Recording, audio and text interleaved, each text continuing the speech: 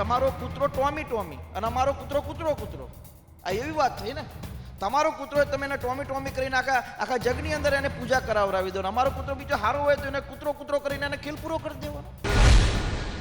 કેન્દ્ર સરકાર દ્વારા પારિત કરવામાં આવેલા 3 કૃષિ કાયદાને લઈને છેલ્લા 28 દિવસથી દિલ્હી બોર્ડર ખાતે પંજાબ અને હરિયાણાના ખેડૂતો આંદોલન ચલાવી રહ્યા છે. આ જ આંદોલન વિશે વાતચીત કરીશું ગુજરાત કોંગ્રેસના નેતા હાર્દિક પટેલ સાથે. હાર્દિકભાઈ, જણાવો કે દેશમાં કોંગ્રેસ જે છે આ કૃષિ કાયદાને લઈને વિરોધ કરી રહી છે, શા માટે આપ વિરોધ કરી રહ્યા છો?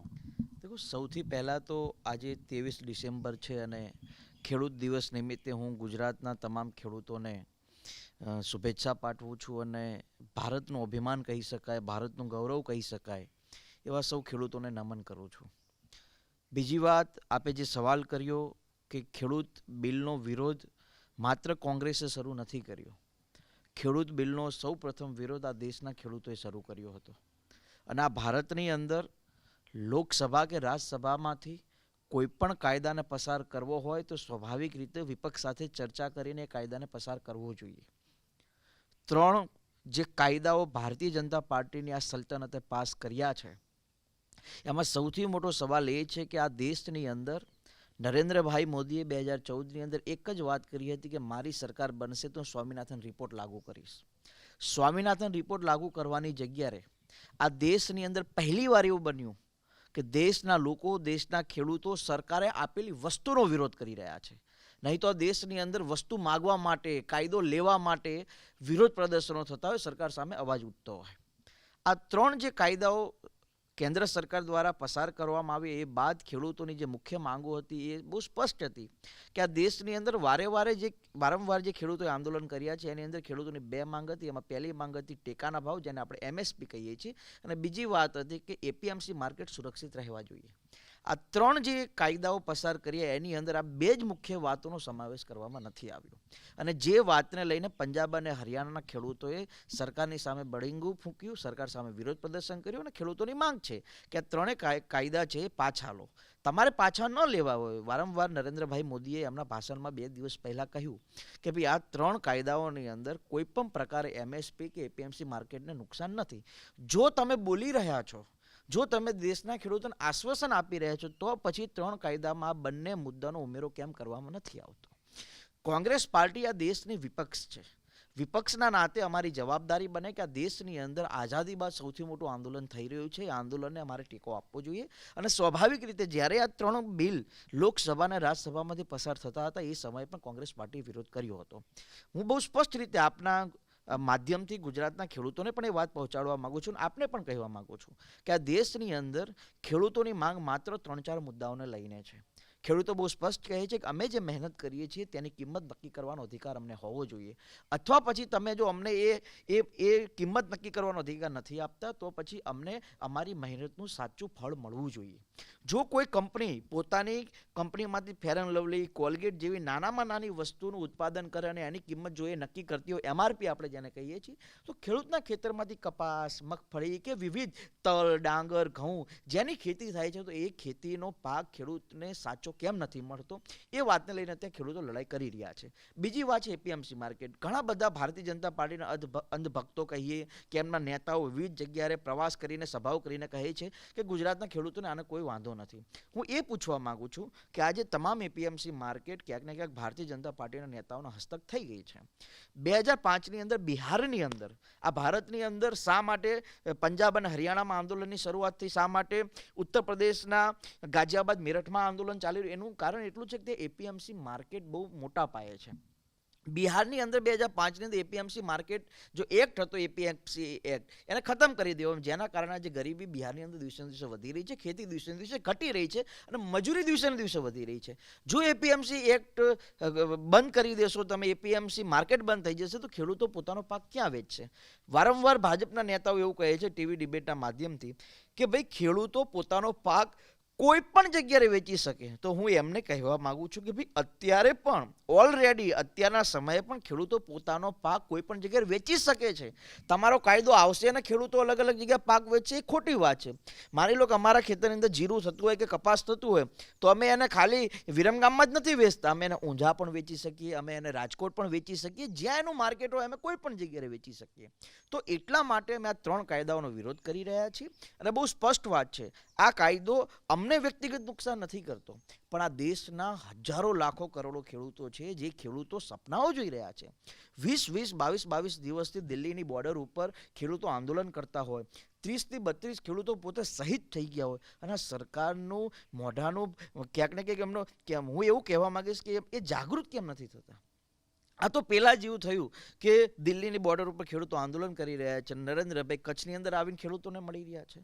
તો માની લો કે 2 દિવસ પહેલાં ભારતની ક્રિકેટ ટીમ 36 રનમાં ઓલ આઉટ થઈ ગઈ, તો શું તમે હોકીની ટીમના ખેલાડીઓને મળશો તો ક્રિકેટની ટીમ મજબૂત થઈ જશે? આ એવી વાત છે. તો જે ખેડૂતો દુઃખી છે, જે ખેડૂતોને તકલીફ છે, તો એમને મળીને ખેડૂતોની સમસ્યાનું સમાધાન કરવું જોઈએ. 70 વર્ષથી આપણે એવું કહીએ છીએ ખેતી પ્રધાન આ દેશ છે, તો ખેડૂતો માટે હું એવું માનું, ભાજપ હોય, કોંગ્રેસ, કોઈ પણ પાર્ટી હોય, પણ અત્યારે દેશના ખેડૂતોને જરૂર છે MSP એટલે કે ટેકાનો ભાવ અને APMC માર્કેટની સુરક્ષા. 3 જે કાયદાઓ છે એને આપણે વિગતવાર વાત કરીએ. પહેલા કાયદામાં સરકારનું એવું કહેવું છે કે જે પહેલાં માર્કેટ હતું એક સીમિત માર્કેટ હતું ને હવે ખેડૂતો સમગ્ર દેશની અંદર ક્યાંય પણ પોતાની જે પેદાશ છે, ખેત પેદાશ, એને વેચી શકશે. અને એના માટે જે લોજિસ્ટિક વગેરે છે એ બધાનો ચાર્જિસ વગેરે, પછી કમિશન એજન્ટ વગેરે એ બધે નીકળી જશે. સરકારનું એવું કહેવું છે ફાયદો છે. હવે તમે કઈ રીતે કહો છો કે એનાથી નુકસાન છે? એક તરફ સરકાર એવું કહે છે કે ખેડૂત પોતાનો માલ આખા ભારતના કોઈ પણ માર્કેટમાં વેચી શકે, આ પહેલી વાત. તો પછી મધ્યપ્રદેશના મુખ્યમંત્રી શિવરાજસિંહ ચૌહાણ એવું શા માટે કહે છે કે મારા રાજ્યમાં બહારનો કોઈ ખેડૂત પાક વેચવા આવશે તો એનું ટ્રેક્ટર અમે જપ્ત કરી લઈશું, કાયદાકીય કાર્યવાહી કરશું? અને પહેલી વાત કે ખેડૂત અત્યારે પણ પોતાનો પાક ગમે ત્યાં વેચી શકે છે. જેમ કે અમારા કડી તાલુકો છે, મહેસાણા જિલ્લાનો કડી તાલુકો, તો ત્યાંના ટામેટા પાકિસ્તાન, બાંગ્લાદેશ, અલગ અલગ દેશના લોકો, દિલ્હીથી લોકો આવીને પણ ખરીદી જાય છે. અત્યારે ઓલરેડી ખેડૂતનો પાક કોઈ પણ જગ્યાએ વેચાય જ છે. તો સરકાર એવું કહે છે કે હવે વેચાશે, એટલે કહેવાનો મતલબ સરકાર આ દેશને અને રાજ્યને ગુમરાહ કરે છે. એનું એક ઉદાહરણ આપું. વિજયભાઈ રૂપાણીએ 2 વર્ષ પહેલાં જાહેરાત કરી હતી કે મારા અમદાવાદની અંદર, મારા ગુજરાતમાં હું 100 માળની બિલ્ડિંગની પરમિશન આપીશ. 2 વર્ષ પહેલાં. હમણાં 4 મહિના પહેલાં એમને જાહેરાત કરી. તો કહેવાનો મતલબ એકને એક જાહેરાત ખોટી રીતે કરવી આ લોકોની માસ્ટરી બની ગઈ છે. જૂઠું બોલવું, જોરથી બોલવું, વારંવાર બોલવું, જેથી કરીને લોકોને સાચું લાગે. આ એ લોકોની પ્રક્રિયા છે, આ લોકોની સિસ્ટમ છે. નરેન્દ્રભાઈ હોય કે અન્ય એમના ભાજપના નેતાઓ હોય, હું તો એટલું ચોક્કસ કહીશ કે તમે આ દેશની અંદર કોઈ પણ કાયદો પસાર કરતા હોય તો એની વિસ્તૃત ચર્ચાઓ થવી જોઈએ. હું તમને 1-2 સવાલ મારે તમને એક કરવા છે કે જ્યારે નોટબંધી લાગુ થઈ ત્યારે આ નરેન્દ્રભાઈ એવું કહેતા હતા કે નોટબંધી લાગુ થવાથી આ કાશ્મીરની અંદર આતંકવાદી હુમલા બંધ થઈ જશે, આ દેશની અંદર કાળું ધન પાછું આવશે. કેટલું કાળું ધન પાછું આવ્યું? શું આતંકવાદી હુમલા બંધ થઈ ગયા છે? 370 અમે હટાવી દઈશું કાશ્મીરમાંથી તો મારા દેશનો એક પણ વીર જવાન કાશ્મીરમાં શહીદ નહીં થાય. આજે શું હાલત છે આપણે બધા જાણીએ છીએ. GST લાગુ કરી ત્યારે એમને કીધું હતું કે GST લાગુ કરી તો મારા નાનામાં નાના વ્યાપારી મજબૂત બનશે. આજે વ્યાપારીઓની શું હાલત છે હું તમને પૂછવા માંગુ છું. અત્યારે ખેતીને લક્ષીને જે બિલ આ લોકોએ પાડ્યું છે, આ વાતો કરી રહ્યા છે. અને મને દુઃખ લાગે છે કે ખેડૂત એટલે કોણ? જે આ ધરતીને પાટું મારે ધન પેદા કરે. તમે એ ખેડૂતોને ખાલિસ્તાની કહો છો, આતંકવાદી કહો છો, ચોર કહો છો. આ ક્યાંનું વ્યાજબી છે? શું આ સત્તાની વિરુદ્ધમાં આંદોલન કરતા દરેક લોકો દેશદ્રોહી છે? તમે જે ખેડૂત, તમે પંજાબ અને હરિયાણાનો ખેડૂત છે, એમાં દર 3 ઘરે એક ખેડૂતનો દીકરો દેશની બોર્ડર ઉપર જઈને દેશની સુરક્ષા કરે છે. તો છતાં પણ તમે એને દેશદ્રોહી કહો છો. તો હું એવું બહુ સ્પષ્ટ માનું છું કે આ સત્તાની વિરુદ્ધમાં આંદોલન કરવાનો દરેકને અધિકાર હોવો જોઈએ, દરેકને બોલવું જોઈએ. અને જે માણસને એવું લાગતું હોય કે આ સત્તાનો નિયમ ખોટો છે તો એનો તનતોડ વિરોધ કરવો જોઈએ, તનતોડ મહેનત કરીને એની સત્તા ઉખડે એના માટે પ્રયાસ પણ કરવો જોઈએ. પણ આ સરકાર ઘમંડી સરકાર છે. આ સરકારને રાજા રાવણ જેવું અભિમાન છે. અને મને એવું બહુ સ્પષ્ટ દેખાઈ રહ્યું છે કે જો આ ખેડૂતોની માંગ પૂરી નહીં થાય તો હું બહુ સ્પષ્ટ રીતે, આજે ખેડૂત દિવસ છે ને એ દિવસે હું ગુજરાતની જનતાને પણ કહું છું કે આપણને વર્ષે 6,000 રૂપિયા આપણા ખાતામાં નાખી દેશે તો આપણી ખેતી સદ્ધર નથી થવાની. ખેતી, ખેડૂત અને જો ગામડું બચાવવું હશે તો સરકારની ખોટી નીતિઓનો વિરોધ કરવો પડશે. પરિણામ ચાહે કંઈ પણ આવે. અત્યાર લગી આ શીખો, આ પંજાબના શીખો આ દેશના હિત માટે, દેશની સુરક્ષા માટે, દેશની આઝાદી માટે લડતા હતા, એટલે તમે એને દેશભક્ત કહેતા હતા. આજે આ ભારતીય જનતા પાર્ટી સામે આ શીખો લડી રહ્યા છે, આપણે એને દેશદ્રોહી કહીએ છીએ. આવું વલણ ન હોવું જોઈએ. જે સાચો વિરોધ કરતો હોય એને તમારે એની જોડે ઊભું રહેવું જોઈએ. અને અત્યારે જે આ દેશની પરિસ્થિતિ છે, ખેતીને બચાવી હશે, દિવસે ને દિવસે જમીનો નાની થતી જાય છે. હું ગુજરાતના ખેડૂતોને પૂછવા માંગુ છું, તમારી જોડે આજથી 20-25 વર્ષ પહેલાં 100 વીઘા જમીન હતી, આજ તમારી જોડે 5-10 વીઘા જમીન રહી છે. તો ખેતી ખતમ થઈ જશે, જશું ક્યાં? શહેરની અંદર 15,000-20,000 રૂપિયા ભાડે રહીને શું દીકરાને ભણાવવા આવીશું? ખેતી બચશે તો જ હું એવું માનું છું કે આ દેશની અંદર આપણે ખૂબ સારું કરી શકીએ. અને આજના આ ખેડૂત દિવસના દિવસે એક હું ગુજરાતના ખેડૂતોને કહીશ કે આપણે ગમે એટલા મોડર્ન કેમ ના બની જઈએ, ગમે એટલા ફેશનેબલ કેમ આપણે ન બની જઈએ, પણ ખેતી વગર આપણું જીવનમાં ઉદ્ધાર ન થઈ શકે. ગૂગલથી રોટલી ડાઉનલોડ ન થાય. એ ખેડૂતની મહેનતના કારણે જે ઘઉં આપણા ઘરે આવે ને પછી જ રોટલી બને. એક મુદ્દો એ પણ છે કે કોન્ટ્રાક્ટ ફાર્મિંગને લઈને કે જે તે કંપની હોય એ ખેડૂત પાસે જઈને જે તે ત્યાં આગળ કરારો કરી અને ખેત પેદાશના જે ભાવો છે નક્કી કરે અને કઈ રીતે ત્યાં ધાન્ય ઉગાડવું એને લઈને તે લોકોની સાથે કરાર કરે. આને લઈને પણ જે તમારો જે કોંગ્રેસનો આરોપ છે કે ઉદ્યોગપતિઓ આની પર રાજ કરશે ખેડૂતો પર અને તેઓને જ તેઓના ખેતરમાં નોકર બનાવી દેશે. પરંતુ ગુજરાતમાં કોન્ટ્રાક્ટ ફાર્મિંગ પહેલાંથી થઈ જ રહ્યું છે ઘણી જગ્યાએ. ગુજરાતના ખેડૂતો તો ખુશ છે.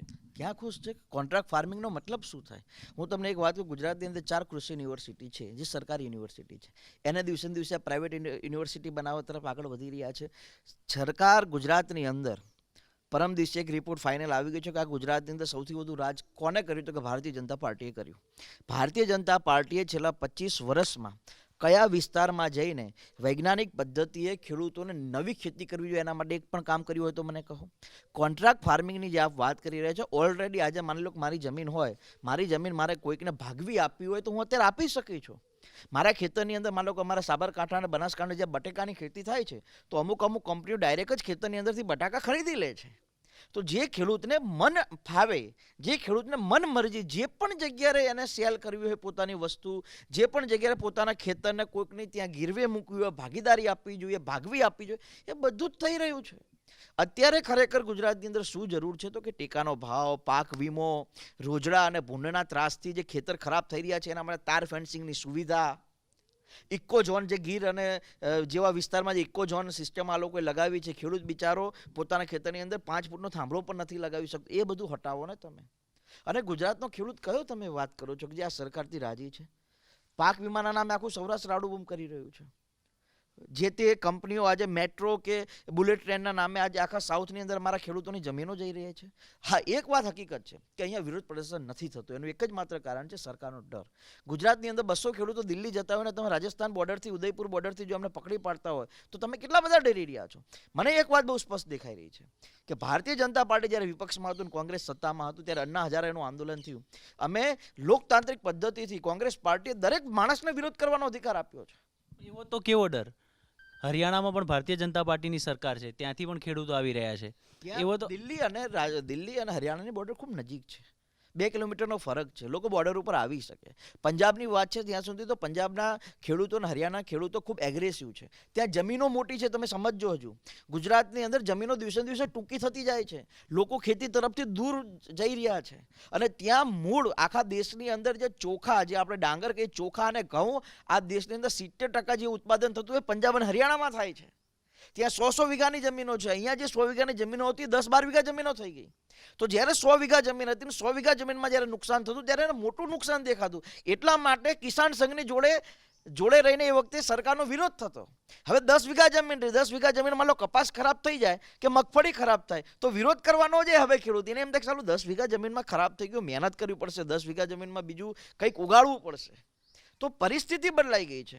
દેખો, અહીંયા ગુજરાતની અંદર પાણીનું તળિયું નીચું જઈ રહ્યું છે, જમીનો દિવસે દિવસે ઓછી થઈ રહી છે, બિયારણની અંદર મિલાવટો આવી રહી છે, ખેડૂતોને ટેકાના ભાવ નથી મળતા, ખેડૂતોનો પાક નિષ્ફળ જાય તો એને પાક વીમો નથી મળતો. બહુ બધી તકલીફો છે.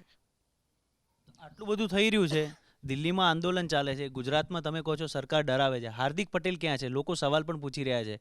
ખેડૂતોની વાત કરે છે હાર્દિક. શા માટે હાર્દિક ત્યાં આગળ નથી જઈ રહ્યા?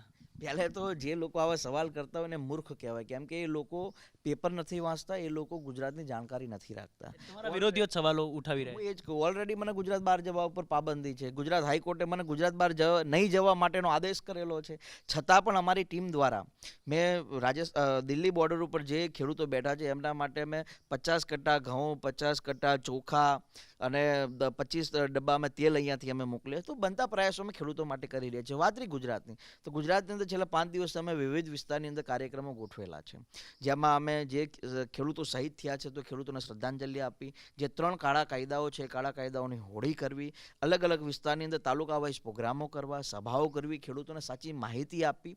અને અમે જો પ્રોગ્રામ કરીશું, કાર્યક્રમ કરશું, સભા કરશું, એટલે હું તમારી વાત નહીં કરું, પણ જનરલ ઘણા બધા મીડિયાવાળા અમને એવું કહે છે કે ભાઈ આ કોરોનાની મહામારીમાં લોકો પબ્લિક કેમ ભેગી કરી રહ્યા છે. વિપક્ષના નાતે અમે કરશું તો અમારી ઉપર સવાલ થશે, પણ સત્તા એટલે કે ભારતીય જનતા પાર્ટીના નેતાઓ વિવિધ તાલુકાઓમાં જઈને સભા કરી રહ્યા છે, ખેડૂત બિલના ફાયદા સમજાવી રહ્યા છે, પણ એક પણ મીડિયા એમની વિરુદ્ધ નથી બોલતું કે આ લોકો કોરોના મહામારીમાં શું કહેવાય પરિસ્થિતિમાં કોરોના ગાઈડલાઈનનું પાલન નથી કરતા. એનું ઉદાહરણ એક બીજું પણ આપું.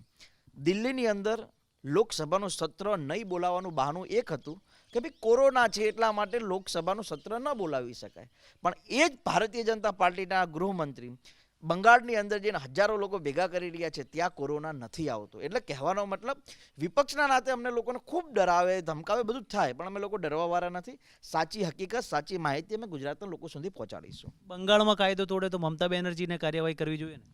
આ તો ત્યાં કાર્યવાહી થઈ જ રહી છે જે થતી હશે, પણ આ તો ભાઈ સત્તા એમની જોડે છે. ગૃહમંત્રી મન ફાવે એવા ત્યાં જઈને પ્રોગ્રામો કરે. હવે કહેવાનો મતલબ કેટલું એમની જોડે લડશે. અહીંયા તો અમે લડીએ તો અમને તો જેલમાં નાખી દે, કેમ કે અમારી સત્તા નથી ને ભાઈ. અહીંયા તો એમની તો ચલો સેન્ટ્રલમાં સત્તા પણ છે, ખુદ હોમ મિનિસ્ટર છે. સૌથી અગત્યનો સવાલ કે આ કાયદાઓને લઈને કોર્પોરેટ જગતને કઈ રીતે ફાયદો થશે? જે રીતે વારંવાર આરોપ લાગી રહ્યા છે અમુક ઉદ્યોગપતિઓના નામ લઈને, કોર્પોરેટ જગતને કઈ રીતે ફાયદો આ સીધી રીતે આ 3 કાયદાઓ? દેખો, હું બહુ સ્પષ્ટ માનું છું. મેં થોડાક દિવસ પહેલાં પણ ટ્વીટ કરીને આ દેશની વચ્ચે મારી મેં વ્યક્તિગત વાત મૂકી હતી કે ભાઈ ઉદ્યોગ અને ઉદ્યોગપતિઓના વિરોધી અમે નથી. ઉદ્યોગ અને ઉદ્યોગપતિથીને પણ દેશને તરક્કી મળે છે, પણ મજૂર કે ખેડૂતોને નુકસાન કરી દઈએ તો પણ દેશનો વિકાસ તો ન થઈ શકે, દેશની તરક્કી ન થઈ શકે. તમે ઘણી જગ્યાએ જોયું હશે કે જે તે વિસ્તારની અંદર અદાણીના પ્લાન્ટો અત્યારે જે અનાજને સાચવવા માટે, અનાજને એકત્રિત કરવા માટે અલગ અલગ જગ્યાએ એના પ્લાન્ટો પણ નખાયેલા છે. અદાણી અને અંબાણીનો માત્ર વિરોધ નથી. લોકોના મનની અંદર એવી માનસિકતા છે કે અમે અદાણી અને અંબાણીનો વિરોધ કરીએ છીએ, એ ગુજરાતી છે એટલા માટે વિરોધ કરીએ છીએ, એ પણ વાત નથી. આ દેશની અંદર જેટલા પણ ઉદ્યોગપતિ છે, જે ઉદ્યોગપતિ દિવસે ને દિવસે ગરીબોનું શોષણ કરીને અમીર થઈ રહ્યા છે. અને આ દેશની અંદર સરદાર સાહેબ બહુ સ્પષ્ટ કહેતા કે જ્યાં સુધી તમે અમીર અને ગરીબી વચ્ચેનું ભેદ નહીં પૂરું કરો ત્યાં સુધી આ દેશની અંદર અસમાનતા રહેશે. અને ઘણા બધા એવા રિપોર્ટ આવ્યા છે, ચાહે નેશનલી હોય, ઇન્ટરનેશનલી રિપોર્ટ હોય, કે આ ભારત દેશની અંદર જેટલી પણ આવક છે માત્ર ને માત્ર 13 થી 14% લોકો પોતાની જોડે સંગ્રહ કરીને બેઠા છે. અદાણી અને અંબાણીની વાત નથી. આ કાયદો લાવવાથી એક વાત બહુ સ્પષ્ટ છે કે પ્રાઇવેટ માર્કેટો જે અદાણી અને અંબાણી આવશે, જે એપીએમસી માર્કેટો ઉપર જેની સિક્યુરિટી આ લોકો બિલની અંદર નથી મૂકી, જો એપીએમસી માર્કેટો બંધ થશે તો અદાણી અંબાણી જેવા અનેક ઉદ્યોગપતિઓ જે મન ફાવે એ રીતે પોતે ખેડૂતો પાસેથી પાક ખરીદે છે. એના ઘણા બધા વિડીયો દેશની સમક્ષ આવ્યા છે, એના ઘણા બધા ઉદાહરણો, ઘણા બધા આર્ટિકલ દેશની સમક્ષ આવ્યા છે. એટલે હું તો બહુ સ્પષ્ટ માનું છું કે ઉદ્યોગ કે ઉદ્યોગપતિના વિરોધમાં અમે લોકો નથી બોલી રહ્યા, પણ એક વાત બહુ સ્પષ્ટ છે કે ખેડૂત અને મજૂરોને બચાવવા હશે તો સરકારે ખેડૂત અને મજૂરોના હિતમાં પણ નિર્ણય લેવા પડશે. હાર્દિકભાઈ, તમે એક વાત કીધી હમણાં કે ગુજરાતમાં જે ખેતી છે આજથી 20-25 વર્ષ પહેલાં એક ભાઈ હોય તો 25-30 વીઘા હોય, પછી 2 થયા તો અડધી થઈ ગઈ. દરેક રાજ્યોમાં આ જ પ્રકારની સ્થિતિ છે. દરેક જગ્યાએ જમીન જે પહેલાં હતી, કારણ કે વસ્તી વધી છે, જમીન જે વેચણી થઈ છે, તો જમીન બધા પાસે ઓછી થઈ છે. પરંતુ લોકોને એવું કહેવું છે આ કાયદાથી સૌથી વધારે જે ખેત પેદાશો છે એ પંજાબ અને હરિયાણામાં એ પ્રકારની ખેત પેદાશો થાય છે, એના લીધે એમને નુકસાન છે. એટલે બીજા રાજ્યોને કોઈ પણ પ્રકારનું નુકસાન નથી. અને ભારતીય જનતા પાર્ટી આ વાતને લઈને ખેડૂતોની સમક્ષ જમીન પર પણ પહોંચી ગઈ છે. કોંગ્રેસ શું કરે છે? દેખો, ક્યાં નુકસાન નથી. પંજાબ હરિયાણામાં ઉત્પાદન વધુ છે એટલે ત્યાં વધુ અસર હોય, એ જ વાત છે ને, એટલા માટે ત્યાં વધારે આંદોલન. પાકો જે છે તે હવે યુદ્ધ સિવાયની સ્થિતિમાં નહીં રાખી શકાય છે.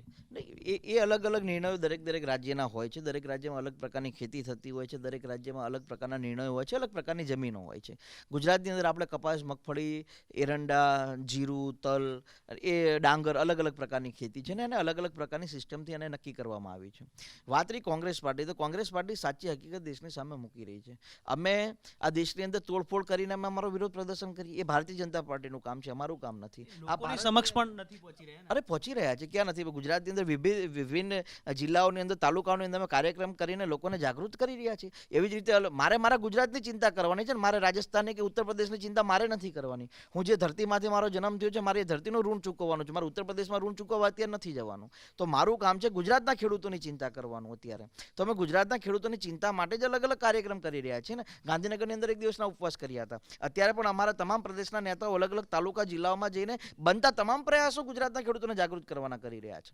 પણ મારી એક બહુ સ્પષ્ટ વાત છે કે આ બાબતે માત્ર કોંગ્રેસ પાર્ટી નહીં, મેં બહુ સ્પષ્ટ કહ્યું, આ લડાઈ ખેડૂતોની લડાઈ છે. કોંગ્રેસ પાર્ટી તો પોતે વિપક્ષના નાતે પોતાની જવાબદારી નિભાવી રહી છે.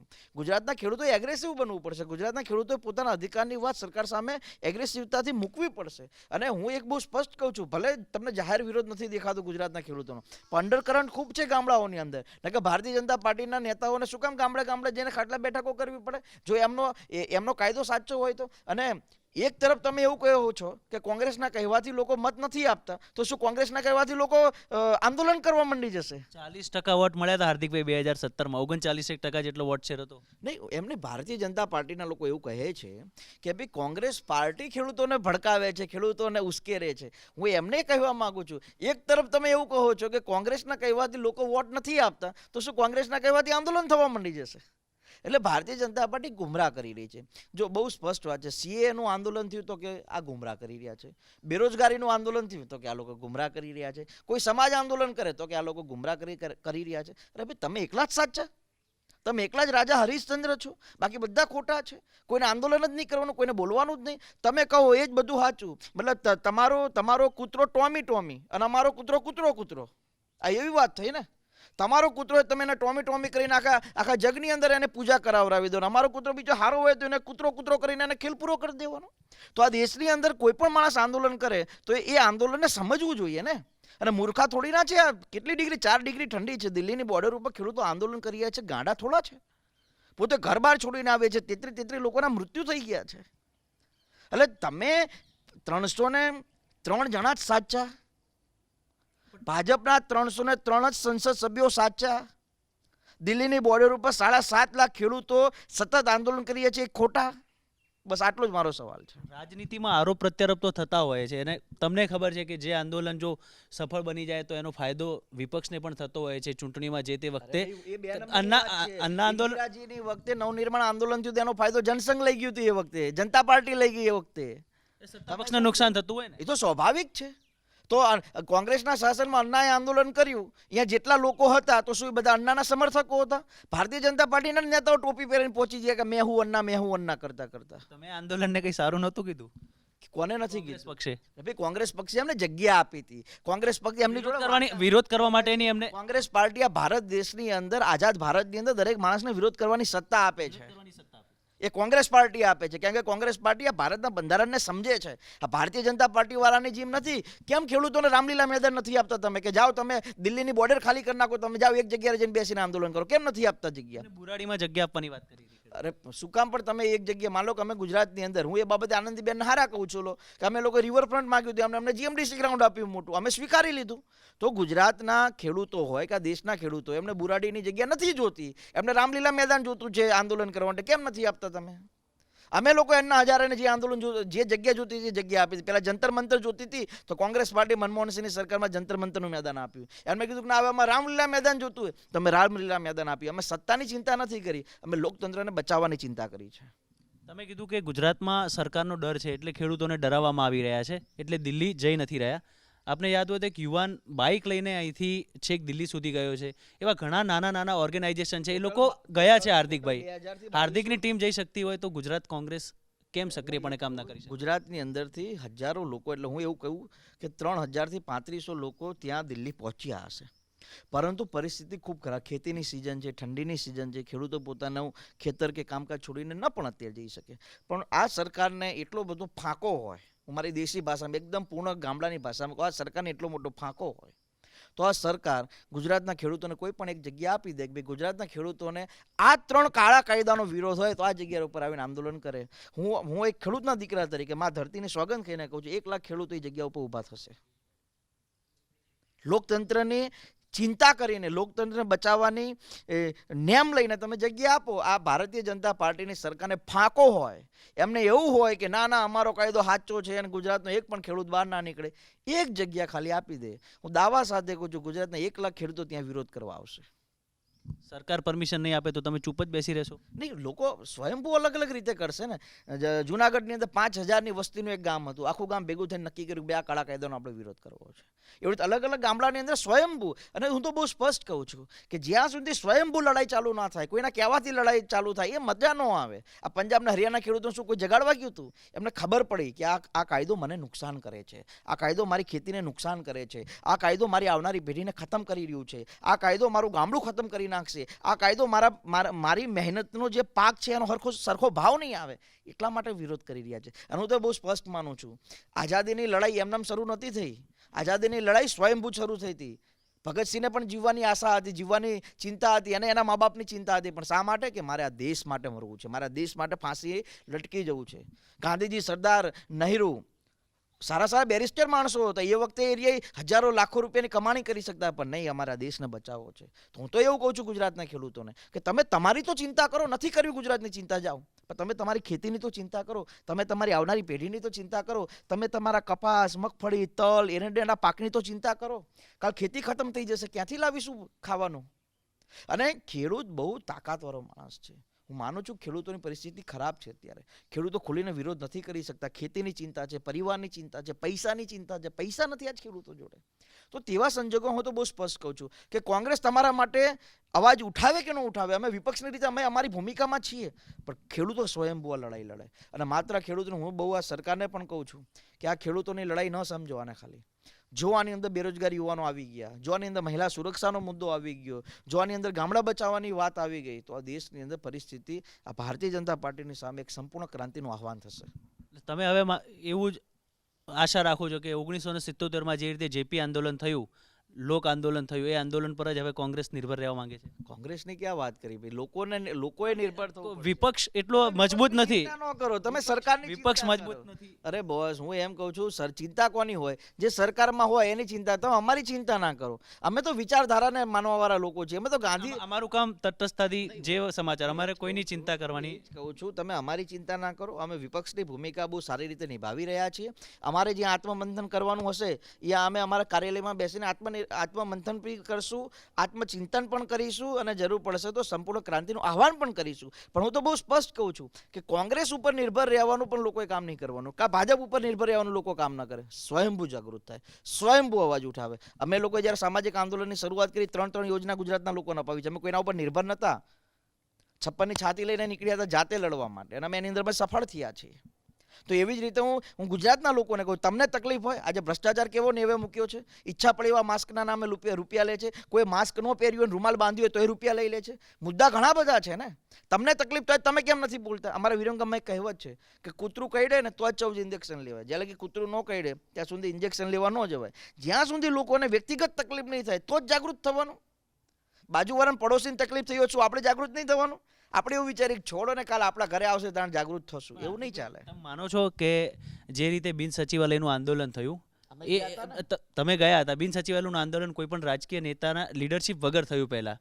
એના સિવાય પણ ગુજરાતમાં પહેલાં ખેડૂતોએ એની અગાઉ જે ટેકાના ભાવ, મગફળીના ભાવને લઈને જે તે સમયે વિરોધ કર્યો હતો, જો કે પરેશ ધાનાણી પછી તે આંદોલનમાં પણ જોડાયા હતા, જો કે એનું કોઈ રિઝલ્ટ જેટલું અસરકારક ના આવ્યું. એના સિવાય પણ બનાસકાંઠામાં જે નહેરના પ્રોબ્લેમ હોય, જ્યારે લોકો આવી રીતે અલગ અલગ કોંગ્રેસના બેનર હેઠળ નહીં પરંતુ સ્વયંભૂ આંદોલન કરતા હોય છે, ને એમાં પબ્લિક પણ વધારે આવતી હોય છે અને આંદોલન કરે છે. બિન સચિવાલયમાં લોકોએ, વિદ્યાર્થીઓએ પોતાની માંગ સરકારે સ્વીકારવી પડી, પણ લાગતું નથી કે કોંગ્રેસના બેનર હેઠળ લોકો એટલા આવતા નથી કદાચ. એ સ્વાભાવિક છે. અપેક્ષા હવે બહુ સ્પષ્ટ માનું છું કે કોઈ પણ આંદોલન છે સ્વયંભૂ પહેલાં રહેવું જોઈએ. હવે સ્વાભાવિક રીતે કોઈ આંદોલન ચાલતું હોય અને અમે લોકો પણ એ પ્રકારનું આંદોલન કરીએ તો જે સાચી લડાઈ છે, લડાઈ ક્યાંક ને ક્યાંક એને રાજકીય લડાઈ બની જતી હોય છે. નહીં, બહુ સ્પષ્ટ વાત છે. અરે હું એ જ કહું છું કે જે કોઈ લડાઈ લડતા હોય એ લોકોને લડાઈ લડવા દેવાય. તમારે અમે કોંગ્રેસ પાર્ટી અમે ક્યારેય એવું નથી ઈચ્છતા કે અમે ચલો એ લોકોની લડાઈનો ફાયદો લઈ લઈએ, કારણ કે અમે એવું ઈચ્છીએ છીએ કે એ લોકોની લડાઈ સફળ થાય. અને કોંગ્રેસ પાર્ટી રાજકીય કાવા દાવામાં માનતી જ નથી ને આવડતું પણ નથી. લો ને બહુ સ્પષ્ટ, રાજકીય કાવા દાવા આવડતા હોય તો 30 વર્ષથી આ લોકોને બેસવા ન દીધા હોત. અમે લોકો લોકતંત્રને માનવાવાળા લોકો છીએ. અમે શું કરીએ કે કોઈ વ્યક્તિ કે કોઈ સમાજ કે કોઈ વર્ગ આંદોલન કરતું હોય તો અમે એને કરવા દઈએ. અમે દોડાયા ન થઈએ, એ ભાજપનું કામ. ખેડૂતનું આંદોલન હોય તો કિસાન સંઘને મોકલી દેતું, હિન્દુઓનું આંદોલન હોય તો બજરંગ દળને VHPને મોકલી દેતું. અમે એવું ન કરી શકીએ. અમે શું માનીએ કે ભાઈ પેલા લોકો આંદોલન કરી રહ્યા છે, ચાહે બિન સચિવાલયના લોકો હોય, ચાહે રોજગારીના મુદ્દે હોય, ચાહે વાલી મંડળનો સ્કૂલ ફીનો મુદ્દો, તો તમે કરો, અમે તમને સહયોગ આપશું જ્યાં જરૂર પડશે. પણ અમે તમારા આંદોલનને હાઈજેક નહીં કરીએ, કેમ કે અમે હાઈજેક કરીએ તો તમારું આંદોલન સફળ ન થાય, અને તમારું આંદોલન સફળ ન થાય તો તમે જે ધ્યેય અને હેતુથી આંદોલન કર્યું હતું એનો મતલબ શું? કોંગ્રેસ પાર્ટીની આ વિચારધારા છે. કોઈ કરતો હોય તો એને કરવા દેવાનો, એનો લાભ આપણે નહીં લઈ આવવાનો. આવનારા સમયમાં હવે 28 દિવસ દિલ્હીમાં થઈ ગયા છે ખેડૂતોને. હવે ગુજરાત કોંગ્રેસની શું રણનીતિ હશે? કયા પ્રકારે તેઓ ખેડૂતોની વચ્ચે જશે અને શું ગુજરાતમાં પણ આ કાયદાને લઈને વિરોધ પ્રદર્શન કરશે ખરી? અમે ગઈકાલથી 5 દિવસનો સતત ગુજરાત પ્રદેશ કોંગ્રેસ સમિતિએ ખેડૂતોના હિત માટે કાર્યક્રમ આપ્યો છે, જેમાં ગઈકાલે એટલે કે 22 તારીખે દરેક જિલ્લાની અંદર અમે પ્રેસ કોન્ફરન્સ કરીને કાયદો શું નુકસાન કરી રહ્યું છે એની અમે વાત લોકો સમક્ષ મૂકી છે. આજે અમે દરેક તાલુકાઓની અંદર ખેડૂતો જે શહીદ થયા છે એને શ્રદ્ધાંજલિ પણ આપવાના છે. આવતીકાલે અમે દરેક ગામની અંદર 3 કાયદાઓની હોળી કરવાના છીએ. 26 તારીખે અમે ગુજરાતના તમામ ગામડાઓની અંદર, તાલુકાઓની અંદર 5, 25, 50 ખેડૂતોને ભેગા કરીને ખાટલા બેઠક કરીને ખેડૂત આંદોલન શા માટે છે, ખેડૂત બિલ શું નુકસાન કરી રહ્યું છે એની અમે વાત પણ કરવાની છે. સતત 5 દિવસનો અમારો કાર્યક્રમ છે. અમારી બસ એક જ વાત છે, ગુજરાતનો ખેડૂત સુખી અને સમૃદ્ધ બને, મારું ગુજરાત સુખાકારીવાળું ગુજરાત બને, બસ એ જ અમારો હેતુ છે. તમે કહો છો ગુજરાતમાં પણ ગામડાઓમાં સખત વિરોધ છે ભારતીય જનતા પાર્ટીનો. સ્થાનિક સ્વરાજ્યની ચૂંટણીઓ આવી રહી છે, તેમાં અસર જોવા મળશે ખરી? બિલકુલ અસર જોવા મળશે. એટલા માટે તો એ લોકોએ 8 પેટા ચૂંટણી જીત્યા બાદ તરત ચૂંટણી નથી કરી. એમને ખબર છે લોકોમાં નારાજગી છે, લોકો એમને પસંદ નથી કરતા. આ તો 8 પેટા ચૂંટણીમાં આખી સરકાર ત્યાં હતી, પોલીસ, સરકાર, અધિકારી, એનો દુરુપયોગ કરીને ચૂંટણી જીતે એ 2 નંબરની વાત છે. પણ ગુજરાતની જનતા જાતે નિર્ણય લેશે. હું તો ગુજરાતના જનતાને એક વિનંતી કરું છું, હું વારંવાર કહું છું, એક મોકો અમને આપી જો. જે ગુજરાતની અંદર નો ડાઉટ ગુજરાત પહેલેથી વિકસિત હતું, ગુજરાત જોડે ઓલરેડી પૈસા હતા જ, પણ જે વિકાસ ગુજરાતમાં થવો જોઈતો હતો, જે કામ ગુજરાતમાં થવું જોઈતું હતું, ચાહે બેરોજગારીનો મુદ્દો હોય, ગામડાનો મુદ્દો હોય, પાણીનો મુદ્દો હોય, રોડ રસ્તાનો મુદ્દો હોય, એ કામમાં ગુજરાતની સરકાર નિષ્ફળ ગઈ છે. હું બહુ સ્પષ્ટ માનું છું કે ગુજરાતની જનતાને 100 રૂપિયા જે આપવામાં આવે છે એ 100 રૂપિયામાંથી માત્ર 20 રૂપિયાનું જ કામ થાય છે. 80 રૂપિયા સરકારના માણસો પૈસા ખાઈ જાય છે. જો એ 100 રૂપિયામાંથી 70 રૂપિયાનું કામ થાય અને માત્ર 30 રૂપિયા જો સરકારના માણસો ખાય તો વિચારો આ ગુજરાત આવું છે એનાથી કેટલું સમૃદ્ધ બન્યું હોત. 2015માં તો પાટીદાર આંદોલનની અસર હતી, કોંગ્રેસને ફાયદો થયો હતો. 2020માં જે સ્થાનિક સ્વરાજ્યની ચૂંટણીઓ આવે છે, તમે જ કીધું કે ભારતીય જનતા પાર્ટીએ ચૂંટણી લેટ, એટલા માટે જ કદાચ કે લેટ ડિક્લેર થઈ, અને છતાંય ભારતીય જનતા પાર્ટીએ પોતાની જે તૈયારીઓ છે શરૂ કરી દીધી છે. અમદાવાદમાં પણ મિટિંગો લેવાઈ રહી છે, ખેડૂતોને પણ સમજાવવામાં આવી રહ્યા છે. કોંગ્રેસ હજી પણ સ્થાનિક સ્વરાજ્યની ચૂંટણીના મોડમાં દેખાઈ નથી રહી. અમે અમારા મૂળમાં જ છીએ, તમે બહુ અમારી ચિંતા ન કરો, એ જ કહું છું. અમે સતત છેલ્લા 10 દિવસથી જિલ્લાની સંકલન સમિતિઓની અમારી મિટિંગ થઈ, GPCC કાર્યાલય ઉપર. અત્યારે દરેક જિલ્લાઓની અંદર જઈને અમે ત્યાંના સંકલન સમિતિની મિટિંગ, અમે અમારી રીતે રાજકીય અને ચૂંટણી પ્રક્રિયામાં કામે લાગી ગયા છીએ. અમે ગુજરાતના ગામડાઓની અંદર, ગુજરાતની સોસાયટીઓની અંદર, ગુજરાતના મહોલ્લાની અંદર કોંગ્રેસ પાર્ટી કેમ મજબૂત થાય, બૂથ ઉપર કઈ રીતે કાર્ય થઈ શકે, કોંગ્રેસમાં નવો વર્કર કઈ રીતે જોડાય, નવો કાર્યકર્તા કઈ રીતે જોડાય, એના માટેની સંપૂર્ણ તૈયારી કરી છે. અને તમે જોઈ રાખજો, અમે આવનારી તાલુકા, જિલ્લા, નગરપાલિકા અને મહાનગરપાલિકાની અંદર ખૂબ સારું પ્રદર્શન કરીશું અને 2022ની અંદર 2/3 બહુમતી સાથે અમે અમારી સરકાર બનાવીશું. તો આ હતા ગુજરાત કોંગ્રેસના કાર્યકારી અધ્યક્ષ હાર્દિક પટેલ, જેઓએ જણાવ્યું કે ખેડૂત આંદોલનને લઈને તેઓ ગુજરાતના ખેડૂતોને જાગૃત કરશે અને આવનારા સમયમાં ખેડૂતોનો જે આક્રોશ છે તે સ્થાનિક સ્વરાજ્યની ચૂંટણીઓમાં પણ જોવા મળશે અને કોંગ્રેસ પક્ષને જ્વલંત સફળતા મળશે. જો કે તો હવે ચૂંટણીના રિઝલ્ટ આવ્યા પછી જ ખબર પડશે કે કોનો વિજય થશે અને કોનો પરાજય.